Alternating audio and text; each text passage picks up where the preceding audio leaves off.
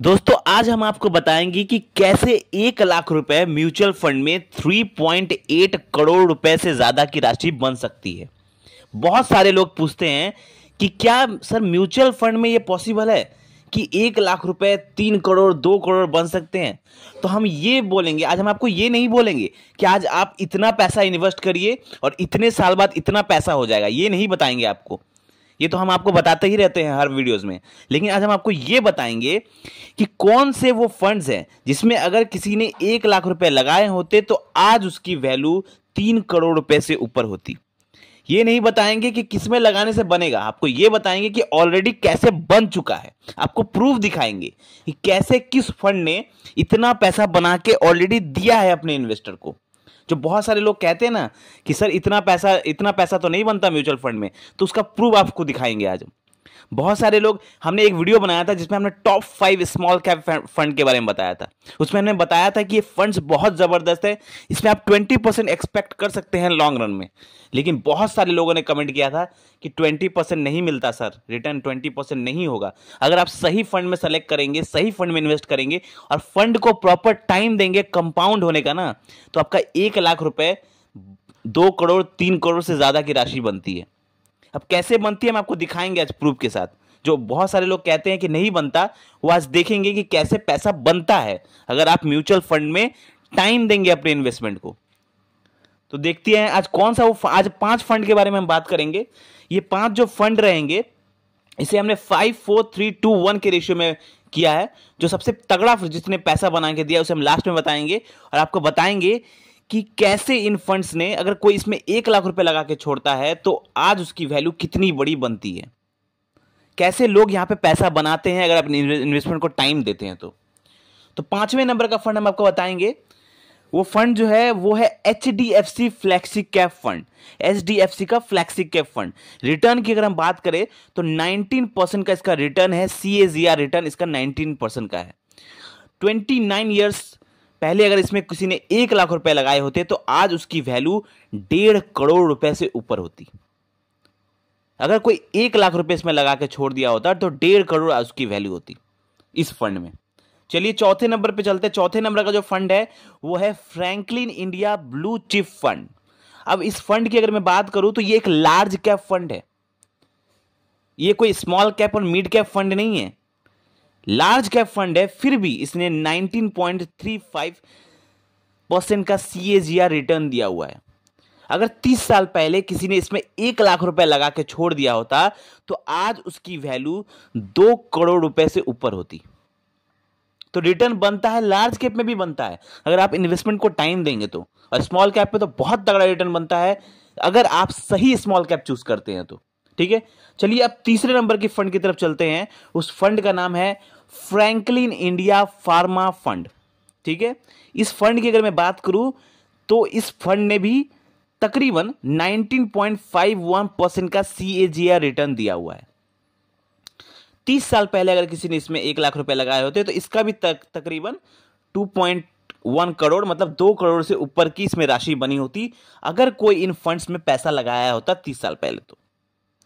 दूसरे नंबर की फंड के बारे में जब पहले नंबर का बताऊंगा तब आप सोचेंगे कि कैसे पैसा इतना ज्यादा बनता है। दूसरे नंबर का फंड मैं बता रहा हूं, उसका नाम है निप्पॉन इंडिया ग्रोथ फंड। ठीक है, निप्पॉन इंडिया का ग्रोथ फंड है। अब 28 ईयर्स में इसने 1 लाख रुपए को 3 करोड़ रुपए से ज्यादा बना दिया है। 3.20 करोड़, 3 करोड़ 20 लाख की तकरीबन इसने पैसा बना के दिया है।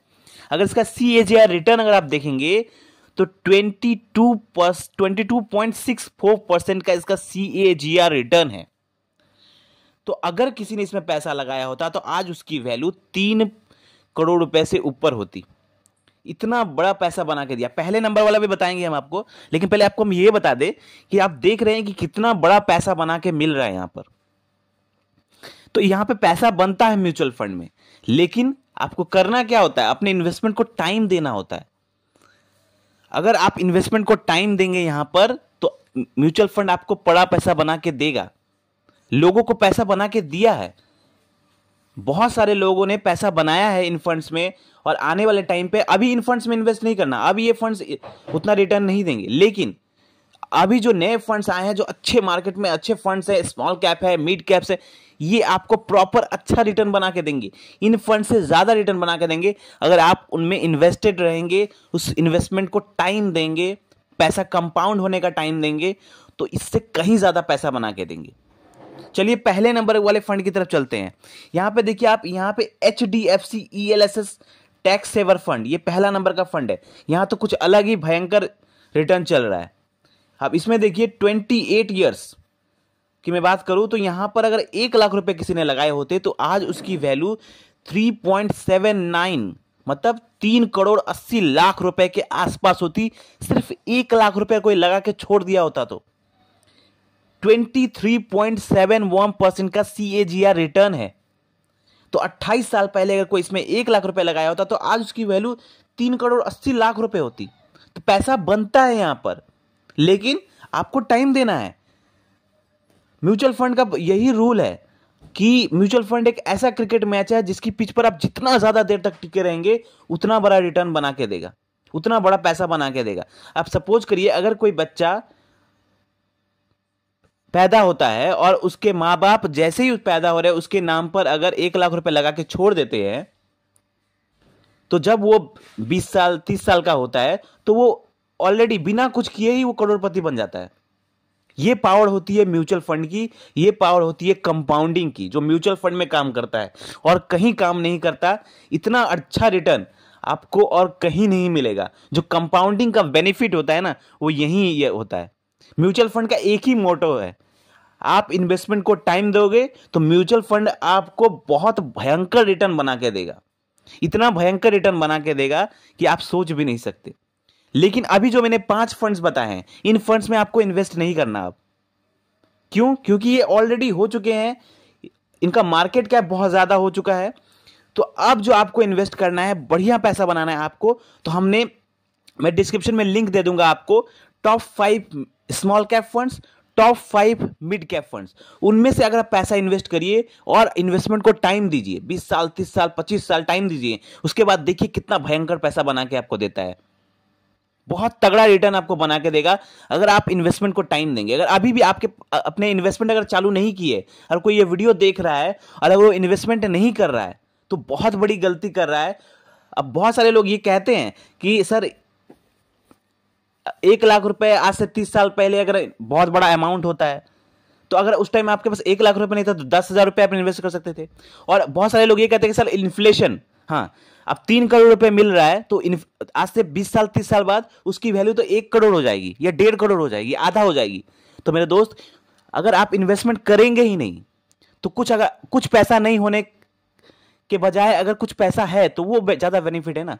30 साल पहले अगर आप आज इन्वेस्ट करते हैं और 30 साल बाद अगर आपके पास 3 करोड़ होते हैं, जिसकी वैल्यू इन्फ्लेशन के कारण, चलिए मान लेते हैं कि वो 1.5 करोड़ है, वैल्यू आधा हो गई वैल्यू आपकी इन्फ्लेशन के कारण। तो अगर आप इन्वेस्टमेंट आज नहीं करते हैं तो 30 साल बाद आपके पास कुछ पैसे नहीं होंगे। लेकिन अगर इन्वेस्टमेंट करते हैं कम से कम 1.5 करोड़ रुपए तो होगा। तो अगर कुछ नहीं होने से अच्छा है कि कुछ तो हो, कुछ तो अच्छा पैसा बने।